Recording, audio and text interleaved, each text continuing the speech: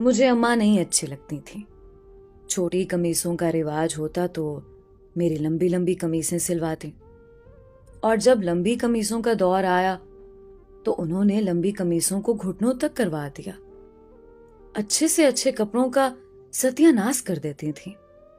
किसी फंक्शन में जाना हो तो लाख मिन्नतें कर लो, कभी लिपस्टिक तक लगाने नहीं दी। कहती थी जब दुल्हन बनोगी तो रूप नहीं आएगा।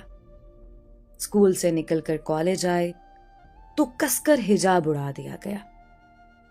कॉलेज में लड़कियां बाल खोले इतनी प्यारी लगती, और एक मैं अभी से बूढ़ी लगने लगी थी। अम्मा कस कस कर मेरी 2 चुटियां बनाती थी। बारहा कहा, अम्मा 1 चुटिया बनाने दें, 2 का रिवाज नहीं है, और स्कार्फ के अंदर 2 चुटियों से मेरा चेहरा अच्छा नहीं लगता है। लेकिन अम्मा कहाँ मानने वाली थी। कॉलेज से बहुत अच्छे नंबरों से पास होकर यूनिवर्सिटी पहुंचे। सोचा अब मैं बड़ी हो गई हूं, यहां कुछ मनमानी करूंगी। लेकिन अम्मा ने यहां भी मेरी जान नहीं बख्शी, हद ही कर देती थी। रात को मेरे सर में तेल की पूरी बोतल उंडेल देती, कहती कि पढ़ाई की मेहनत से बाल न झड़ जाएं। मुझे उनसे सख्त चिढ़ होने लगी थी। मुझे अम्मा बिल्कुल भी अच्छी नहीं लगती थी। यूनिवर्सिटी में इतने अच्छे अच्छे ऊंचे स्टैंडर्ड के लड़के लड़कियां नजर आते थे। बहुत से लड़के और लड़कियों की जोड़ियां भी बनी हुई थी, मगर मेरी तरफ मजाल है कि कोई मुतवज्जे भी हो जाए, क्योंकि मेरे सर से कड़वे तेल की भभक आती थी। एक लड़का था यूनिवर्सिटी में, ना जाने उस लड़के में क्या बात थी कि उसके इर्द गिर्द लड़कियों का जमे गफीर रहता था। मेरी भी ये ख्वाहिश होने लगी कि मैं उसकी दोस्त बन जाऊं, मगर वो तो मेरी तरफ देखता भी नहीं था। उस वक्त मेरी एक सहेली ने यह कहा कि देखो, याद रखना, तुम जैसी हो उसी तरह के लोग तुम्हें मिलेंगे। मैंने उस हकीकत को तस्लीम कर लिया और पूरी तरह पढ़ाई में मसरूफ हो गई।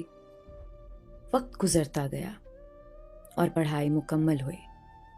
रिजल्ट आ गया। यूनिवर्सिटी में मेरे अलावा एक और लड़के ने टॉप किया था, जिसे आज से पहले मैंने कभी देखा भी नहीं था। मेरी सहेली का कहना सच साबित हुआ और मेरी शादी मेरे जैसे उसी टॉपर लड़के से हो गई, जिसको यूनिवर्सिटी में कोई जानता भी नहीं था। अब हम दोनों की एक प्यारी सी बेटी है। मेरी जो ख्वाहिशात मेरे दिल में रह गई थी, मैं उनको अपनी बेटी को सजा संवार कर पूरा कर रही थी।